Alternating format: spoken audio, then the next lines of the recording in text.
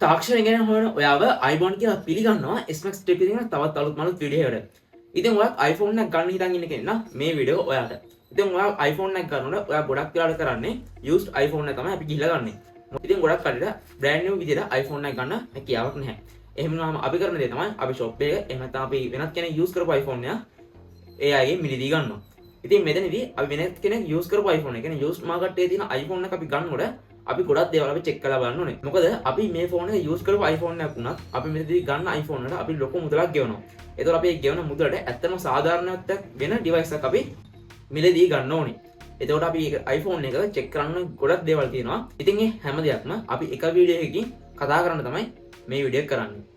ඉතින් ඔයත් used iPhone එකක් ගන්න ඉන්න කෙනෙක් නම් මේ වීඩියෝ එක ඔයාට.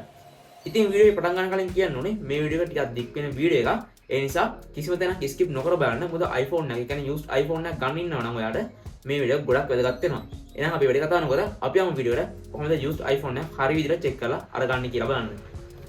ඉතින් ඔයා used iPhone එකක් ගන්නකොට ඔයා මුලින්ම බලන්න ඕනේ මේ ෆෝන් එකේ කන්ඩිෂන්. ඔයා ෆෝන් එකේ කන්ඩිෂන් බලන නිසා shop වල කට්ටිය වගේම ෆෝන් sellers-ලා ගොඩක් ලොකු වංචාවක් කරනවා. ඒ තමයි ෆෝන් එකේ housing මාරු කරනවා. ඉතින් ෆෝන් එකේ කන්ඩිෂන් බලනකොට අපි හොඳට මොලේ පාවිච්චි කරලා මේකේ ෆෝන් එකේ කන්ඩිෂන්ස් බලන්න ඕනේ. ඉස්සරලා තියෙන කනුනේ ඔයා මොකද්ද ගන්න ෆෝන් එකේ මොඩල් එක කියලා. උදාහරණයක් ඔයා හිතන්න ඔයා ගන්න iPhone 12 Pro එකක්. ඉතින් iPhone 12 Pro එකක් කියලා කියන්නේ මීට අවුරුදු 5කට ආසන්න කාලයකට කලින් රිලීස් වෙච්ච ස්මාර්ට්ෆෝන් එකක්. එතකොට මේක 2020 පාවිච්චි කරපු කෙනේ ඒ කියන්නේ අවුරුදු 2-3ක් පාවිච්චි කරන ෆෝන් එකක්. එහෙම හිතන්න අවුරුදු 2ක් පාවිච්චි කරා කියලා. අපි දන්නේ නැහැ ඔයාලට කලින් යූස් කරපු කෙනා කොච්චර කාලයක් පාවිච්චි කරාද කියලා. එහෙම ටික කාලයක් පාවිච්චි කරනකොට ෆෝන් එකේ කිසිම හීරින් තැනක්වත් ඒ කියන්නේ පොඩි ස්ක්‍රැච් එකක්වත් මුකුත්ම නැහැ කියන්නේ. ගොඩක් වෙලාවට මේ ෆෝන් එකේ housing change කරලා තියෙනවා. විශේෂයෙන්ම iPhone 13 series එකේ පහළ device වල තමයි මේ ගොඩක්ම effect වෙන්නේ. විශේෂයෙන්ම iPhone 11 series එකෙන් පහළ බලනවා නම් ෆෝන් එකේ condition 100%ක් හොඳට තියෙනවා නම් අනිවාර්යයෙන්ම ඒ ෆෝන් එකේ housing change කරලා තියෙන ලොකු සම්භාවිතාවයක් තියෙනවා. මම කියන්නේ පොඩි scratch එකක් හරි නැති හැම device එකක්ම housing change කරලා තියෙන්නේ කියලා. හැබැයි එහෙම තියෙන පුළුවන් chance එක ගොඩක් වැඩි. ඔයා පොඩ්ඩක් බලන්න ඔයා ගන්න ෆෝන් එකේ මොඩල් එක ගොඩක් පරණ මොඩල් එක ගන්න. මේක ඔයා 100% condition හොයන්න එපා. ඔයා බලන්න පුළුවන් තරම් තැලින් පොඩිම අඩු ෆෝන් එකක් ගන්න. මොකද ෆෝන් එකේ පොඩි ස්ක්‍රැච් එකක් දෙකක් තිබ්බා කියලා ඒක ලොකු ප්‍රශ්නයක් වෙන්නේ නැහැ. ඔයා ෆෝන් එක රීසෙට් කරන්න ගියත් ඒක හැට පේන්නේ නැත්තම් එහෙම නැත්නම් පේන්නේ තාමත් හොඳට චෙක් කරලා විතරක් නම් එහෙම අවුලක් නැහැ. ඒ නිසා ෆෝන් එකේ කන්ඩිෂන්ස් බලනකොට අනිවාර්යයෙන්ම ඒ දේවල් සැලකිලිමත් වෙන්න. ඒ වගේම පොඩ්ඩක් බලන්න ෆෝන් එකේ පහළ තියෙනවා charging port එක. ගොඩක් කාලේ iPhone 13 series එකේ 14 series එකේ පහළ device අරන් නම් ගන්නෙ. මේකේ තියෙන lightning port එක. මේ lightning port එක දෙපැත්තේ තියෙනවා ඇන දෙකක්. මෙන්න මේ ඇන දෙකේ කල එකයි ඔයාලා ෆෝන් එකේ කල එකයි මැච් වෙනවද කියලා බලන්න. එහෙම නැත්නම් මේ ෆෝන් එක ගන්න එපා. මොකද එහෙම වුණොත් housing change අඩු සැලකිලිමත්කමක් තමයි ෆෝන් එකේ ඒ housing change කරගෙන දාලා තියෙන්නේ මේ ෆෝන් එකට. ඒ නිසා පොඩ්ඩක් ඒක නම් චෙක් කරලා බලන්න.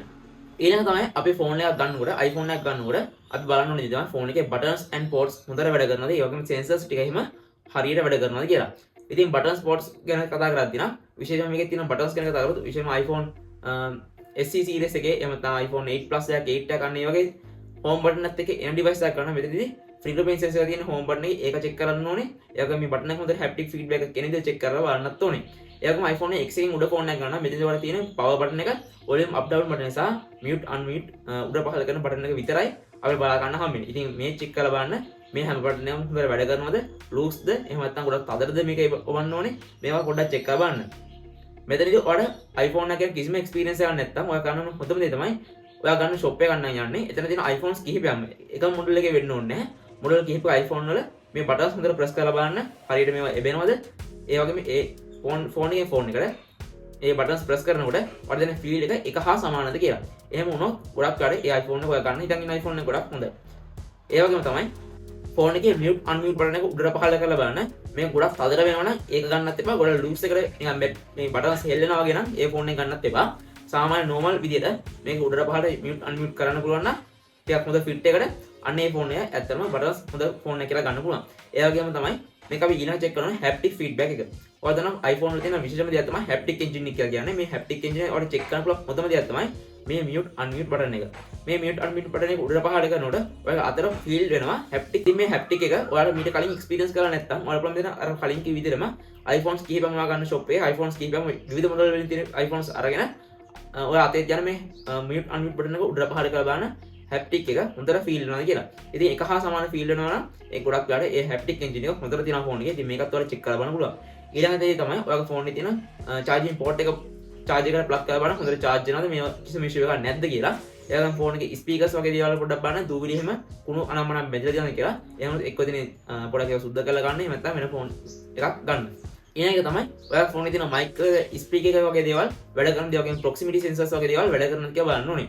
ඒකට කරන්න තියෙනවා ඔයා ගන්න ඒකට SIM එකක් දාලා ඔයාලා ඔයාගේ යාළුවන්ට හරි එහෙම තමයි ඒ වෙලාව ඔයාලා තියෙන වෙනත් ෆෝන් එකක් හරි එහෙම නැත්නම් ඒ ෂොප් එකේ ඉන්න කෙනෙක්ට හරි කෝල් එකක් ගන්න. ඊට පස්සේ ඒ කෝල් එකේ කතා කරන දේවල් එහෙන් මෙහෙට මෙහෙන් එහෙට දෙපැත්තටම හොඳට ඇහෙනවද කිසිම ඉෂුව එකක් නැති එක පොඩ්ඩක් චෙක් කරලා බලන්න. ඒ වගේම ෆෝන් එක ඔයාලා මෙහෙම කන ගාව තියා ගන්නකොට ෆෝන් එකේ ඩිස්ප්ලේ එක ඕෆ් වෙනවා කියලා බලන්න. ෆෝන් එකේ ඩිස්ප්ලේ එක ඕෆ් වෙනවා කියන්නේ ප්‍රොක්සිමිටි සෙන්සර් එක හොඳට වැඩ කරනවා.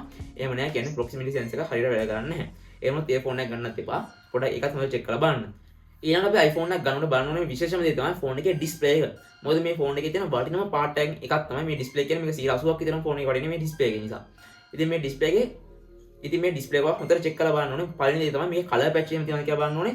ඒ වගේම පික්සල් බර්න් ඉෂුව එකක් තියෙනවා කියලා බලන්න ඕනේ. ඒ වගේම මේ ෆෝන් එකේ තියෙන ඩිස්ප්ලේ එක රීප්ලේස් කරලා තියෙනවද? එහෙම රීප්ලේස් කරන එක ජෙනුයින් පාර්ට් එකක්ද කියලා අපි චෙක් කරලා බලන්න ඕනේ. අපි මුලින්ම කතා කරමු ෆෝන් එකේ ඩිස්ප්ලේ එක චේන්ජ්ද නැද්ද කියලා බලන්න විදියක් ගැන. ඉතින් යනවා ෆෝන් එකේ සෙටින් වලට මම ස්ක්‍රීන්ෂොට් එකක් දාන්න කොහොමද මේවා පේන්නන්නේ කියලා ගිහලා බලන්න about එකේ මේ ෆෝන් එකේ ඩිස්ප්ලේ එක චේන්ජ් කරලා දෙනවා නම් ඒකේ ඩිස්ප්ලේ එක චේන්ජ් කරලා තියෙන විදිය බලා ගන්න පුළුවන්.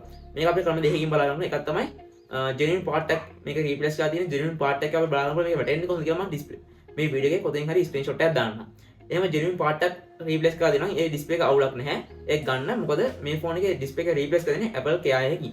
ඒ කියන්නේ ලංකාවේ Apple Care හරියට iPhone වල නැති වුණාට වෙනත් රටවල හොඳට මේ Apple Care support කරන. ඒ කියන්නේ warranty දිනවා free මේක හදලා දෙනවා. එහෙම නැත්නම් මුදල් ගෙවලම Apple service center එකේම අපේ ඩිස්ප්ලේ එක රීප්ලේස් කරගන්න පුළුවන්කමක් තියෙනවා. ඒතකොට ඒ ඔරිජිනල් ක්වොලිටි එකෙන් අපිට ඩිස්ප්ලේ එක රීප්ලේස් කරගන්න පුළුවන්. ඒ වගේම ඔරිජිනල් පාර්ට් එකම ඒ කියන්නේ ඔරිජිනල් ඩිස්ප්ලේ එකම අපිට රීප්ලේස් කරගන්න පුළුවන්. එහෙම වුණොත් අපිට වෙන්නේ Apple genuine part කියලා. ඉතින් මේ genuine part කියලා වැටෙනවා නම් ඒ ඩිස්ප්ලේ එක අවුලක් නැහැ. ඒක රීප්ලේස් කරලා තියෙන්නේ මොකක් හරි ප්‍රශ්නයක් නිසා. ඒක ඩිස්ප්ලේ එක වැටලා යන්නේ නැති. එහෙම වුණොත් ඩිස්ප්ලේ එක රීප්ලේස් කරලා තියෙන්නේ. හැබැයි ඩිස්ප්ලේ එක genuine ඩිස්ප්ලේ එකක්. ඒක අවුලක් නැහැ. ඊළඟ තමයි unknown part කියලා අපිට වැටෙනවා. ඩිස්ප්ලේ එක about එක කියලා පස්සේ unknown part කියලා වැටෙනවා.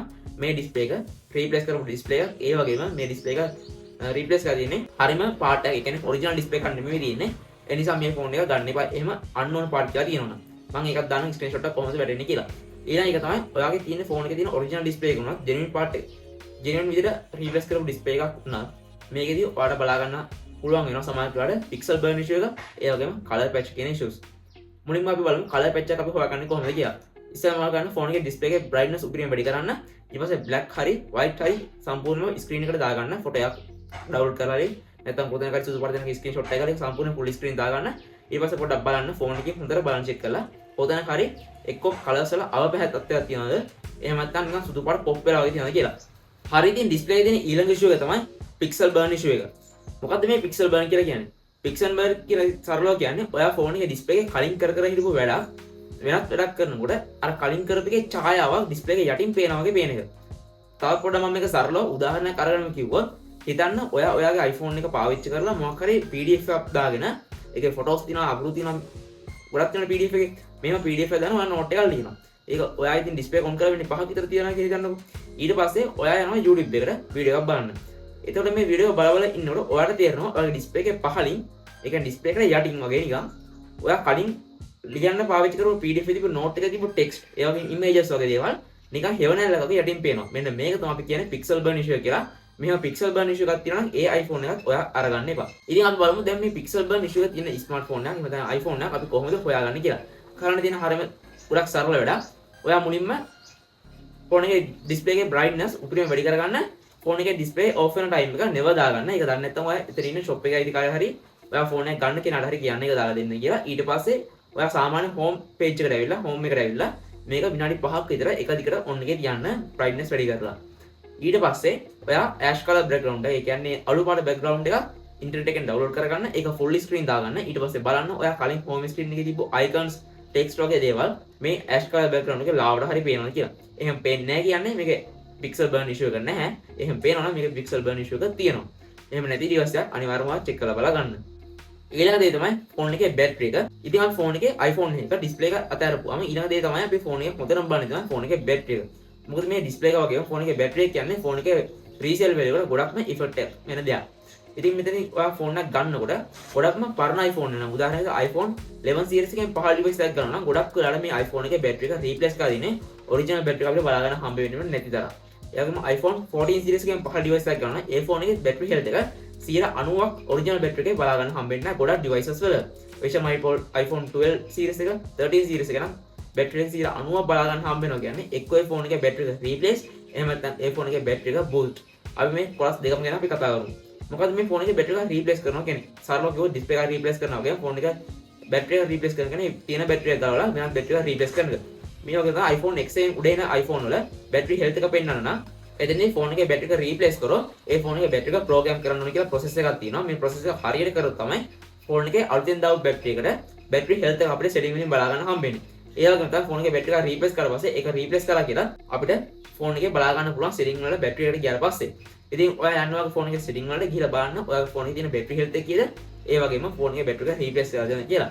මේක ජෙනුයින් පාර්ට් එකක් විදිහට රීප්ලේස් කරලා ඩිස්ප්ලේ වගේම පෙන්වනවා නම් ඒක ප්‍රශ්න එක ජෙනුයින් Apple බැටරි එක තමයි රීප්ලේස් කරලා තියෙන්නේ. ඒ වගේම ෆෝන් එකේ බැටරි හෙල්ත් එක බලන්න පෙන්වනවා කියලා ෆෝන් එකේ බැටරි හෙල්ත් එක පෙන්වන්නේ නැහැ කියන්නේ ෆෝන් එකේ බැටරි එක රීප්ලේස් කරලා තියෙනවා සහ ඒක ජෙනුයින් විදිහට. ඒ කියන්නේ ප්‍රෝග්‍රෑම් කරලා නෙමෙයි මේක රීප්ලේස් කරලා තියෙන්නේ. අන්න එහෙම වුණාම තමයි ෆෝන් එකේ බැටරි හෙල්ත් එක පෙන්වන්නේ නැත්තේ. ඉතින් ෆෝන් එකේ බැටරි හෙල්ත් එක පෙන්වනවා නම් ඊළඟ බලන්න මේකේ බැටරි හෙල්ත් එක කීයද කියලා. මේක තමයි පොඩ්ඩක් මොලෙන් හිතන්න ඕනේ දේ. මොකද බූස්ට් කරලා නැති එක බලන්න පුළුවන් ඉන්නේ මෙන්න මෙතන. අපි දැන් කතා කරමු ෆෝන් එකේ බැටරි එක බූස්ට් කරන්නේ කොහොමද කියලා. බූස්ට් කරපුවම වෙන්නේ මොකද්ද කියලා. ඉතින් මේක ගැන කතා කරන්න කලින් ඔයා තාමත් අපේ channel එක subscribe කරලා නැති වෙන පහළ තියෙන subscribe button එක click කරලා අපේ channel එක subscribe කරන්න. ඒක තමයි අපිට මේ වගේ videos ඔයා ගාවට නිතරම ගෙන ගන්න පුළුවන්කමක් තියෙන්නේ. අපි දැන් කතා කරමු ෆෝන් එකේ බැටරි එක බූස්ට් කරන්න කියන්නේ මොකද්ද කියලා. ඉතින් iPhone එක බැටරි එක බූස්ට් කරනවා කියලා සිද්ධ කරන්නේ ඔරිජිනල් තියෙන බැටරි එකම ඒ කියන්නේ බැටරි එක රීප්ලේස් කරව ගන්න නෙමෙයි ඔරිජිනල් තියෙන බැටරි එකම තියෙන බැටරි percentage එක setting වලින් ගිහලා බලුවට පස්සේ බැටරි health එක තියෙන percentage එක වැඩි කරලා පෙන්නන එක. මේක software wise වෙන දෙයක්. ඒ කියන්නේ අපි setting වලින් ගියා බලද්දි විතරයි අපිට මේක ඇත්තටම බැටරි health එක වැඩි වෙනවා වගේ පේන්නේ. හැබැයි hard එක කියන්නේ ෆෝන් එකේ බැටරි එක ඇත්තටම capacity එක වැඩි වීමක් සිද්ධ වෙන්නේ නැහැ. සරලව කිව්වොත් ඔයාගේ ෆෝන් එකේ තියෙන බැටරි health එක ඔරිජිනල් බැටරි එකේ 80ක් නම් මේක බැටරි එක බූස්ට් කරනවා කියන්නේ මේ 80 95ක් විතර පෙන්වන්න පුළුවන් විදිහට හදන එක. ඉතින් මේ විදිහට හදපුවම සිද්ධ වෙන්නේ ෆෝන් එකේ බැටරි එක ඔයා චෙක් කරලා බලද්දී බැටරි හෙල්ත් එක චෙක් කරලා බලනකොට ඔයාලට පෙන්වන්නේ ෆෝන් එකේ බැටරි හෙල්ත් එක 95ක් තියෙනවා කියලා. හැබැයි මෙතන ඇත්තම ෆෝන් එකේ බැටරි හෙල්ත් එක වෙන්නේ 80යි. ඒතර ඔයා ෆෝන් එක අරගෙන ටික කාලයක් ගියා පස්සේ උදාහරණයක් මාසයක් වගේ පොඩි කාලයක් ඇතුළත මේ ෆෝන් එකේ බැටරි එක ඉතාමත් ඉක්මනට අර 95 ඉඳන් 80 වෙනකන් ගොඩක් ඉක්මනට බැහැගෙන යනවා. ඊට පස්සේ තමයි හරි විදිහට 80 කියන්නේ වගේ හරි ලෙවල් එකනේ. ඒ ගන්නට ආවට පස්සේ තමයි ආපහු සාමාන්‍ය විදිහට බැටරි හෙල්ත් අඩු වෙන්න පටන් ගන්න. ඉතින් මේක පොඩ්ඩක් මොලෙන් හිතන්න ගන්න ඕනේ තීරණයක්. ඔයා ෆෝන් එකේ බැටරි එක රීප්ලේස් කරලත් නැත්තම් මේ ෆෝන් එකේ බැටරි හෙල්ත් එක ඔයා ගන්න මොඩල් එකත් එක්ක වෙනස් වෙනවා. උදාහරණයක් විදිහට ඔයා iPhone 12 Pro එකක් ගන්නවා නම් මේක අවුරුදු 5 විතර කලින් රිලීස් වෙච්ච ඩිවයිස් එකක්. මේක කොහෙත්ම 90ක බැටරි හෙල්ත් එකක percentage එකක් තියෙන විදිහක් නැහැ. එහෙම තියෙනවා එක්ක බැටරි එක රීප්ලේස් එහෙම නැත්නම් බූස්ට්. මේ දෙකෙන් එකක් අනිවාර්යෙන් ෂුවර්. ඉතින් ඒ නිසා බැටරි හෙල්ත් එක 90ක් තියෙනවා කියලා ඔයා ගන්න යන්න එපා. ඔරිජිනල් බැටරි එක නම් මේක ගොඩක් කාලෙ බූස්ට් වෙන්න පුළුවන්. ඊළඟටම ඔයා iPhone X එකෙන් පහළ ඩිවයිස් එකක් ගන්නවා නම් ඔයා iPhone එක චෙක් කරනවා ඊළඟ දේ තමයි fingerprint sensor එක වැඩ කරනවා කියලා. ඉතින් home button එක එන iPhone වල security option එකේ තියෙන fingerprint scan එක ඒක පොඩ්ඩක් ඔයා චෙක් කරලා බලන්න. ඔයාගේ ඇඟිල්ල තියලා ඒක unlock වෙනවද speed එක ප්‍රශ්නයක් තියෙනවද කියලා ඔයා චෙක් කරලා බලන්න. ඊට පස්සේ තමයි iPhone X එකෙන් උඩ device එකක් ගන්නවා. මෙතන තියෙන Face ID පහසුම. ඔයා බලන්න Face ID එකත් හරියට වැඩ කරනවා කියලා මේක setup කරලා පොඩ්ඩක් බලන්න. ඒක තමයි ඊළඟ බලනවා තමයි ෆෝන් එකේ කැමරා එක. මේ කැමරා එක චෙක් කරනකොට පොඩ්ඩක් ෆොටෝස් ටිකක් අරගෙන බලන්න. selfie back cam දෙකෙන්ම හැම lens එකක් අතරින් මාරුලා බලන්න හොඳට වැඩ කරනවද ලැග් තියනවද අනම්මනක් තියනවද කියලා පොඩ්ඩක් බලන්න. ඒකම වීඩියෝ ෂූට් කරලා බලන්න front එකෙන් back එකෙන් කියන දෙකෙන්ම frame drop වෙන දේවල් මේ වගේ issues තියනවද කියලා. ඒකම පොඩ්ඩක් ෆෝන් එකේ පොඩ්ඩක් ඒ කියන්නේ ඇවිදින ගමන් පොඩ්ඩක් වීඩියෝ කරලා බලන්න. ඊට පස්සේ බලන්න ෆෝන් එකේ stabilization වල අවුලක් තියනවද කියලා. මෙහෙම අවුලක් නැත්නම් කිසි ප්‍රශ්නයක් නැහැ device එකේ තියෙන camera setup එකේ.